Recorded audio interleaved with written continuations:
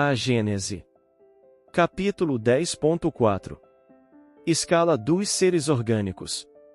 24. Entre o reino vegetal e o reino animal, nenhuma delimitação há nitidamente marcada. Nos confins dos dois reinos estão os zoófitos ou animais-plantas, cujo nome indica que eles participam de um e outro, e serve-lhes de traço de união. Como os animais, as plantas nascem, vivem, crescem, nutrem-se, respiram, reproduzem-se e morrem. Como aqueles, precisam elas de luz, de calor e de água, estiolam-se e morrem, desde que lhes faltem esses elementos. A absorção de um ar viciado e de substâncias deletérias as envenena. Oferecem como caráter distintivo mais acentuado conservarem-se presas ao solo e tirarem dele a nutrição, sem se deslocarem. O zoófito tem a aparência exterior da planta.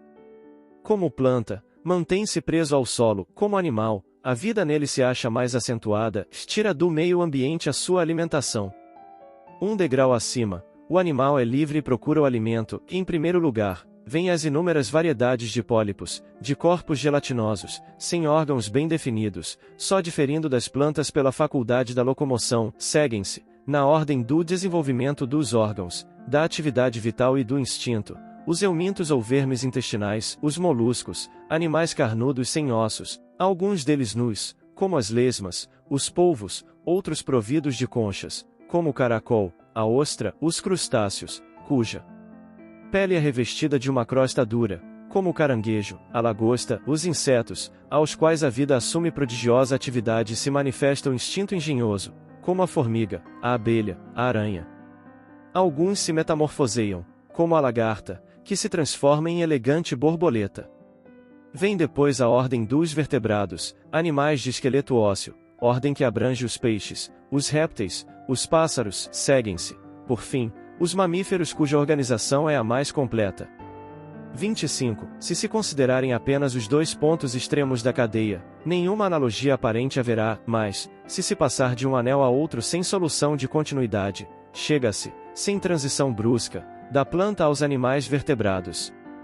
Compreende-se então a possibilidade de que os animais de organização complexa não sejam mais do que uma transformação, ou, se quiserem, um desenvolvimento gradual, a princípio insensível, da espécie imediatamente inferior e, assim, sucessivamente, até o primitivo ser elementar. Entre a glande e o carvalho é grande a diferença, entretanto, se acompanharmos passo a passo o desenvolvimento da glande, chegaremos ao carvalho e já não nos admiraremos de que este proceda de tão pequena semente.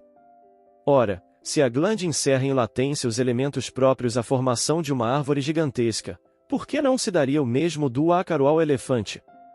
Item 23.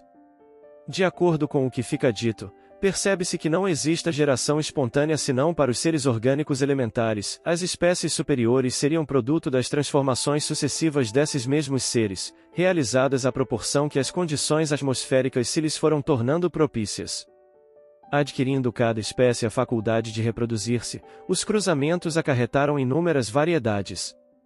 Depois, uma vez instalada em condições favoráveis, quem nos diz que os germens primitivos donde ela surgiu não desapareceram para sempre, por inúteis? Quem nos diz que o nosso ácaro atual seja idêntico ao que, de transformação em transformação, produziu o elefante? Explicar-se-ia assim porque não há geração espontânea entre os animais de complexa organização. Esta teoria, sem estar admitida ainda, de maneira definitiva, é a que tende evidentemente a predominar hoje na ciência. Os observadores sérios aceitam-na como a mais racional.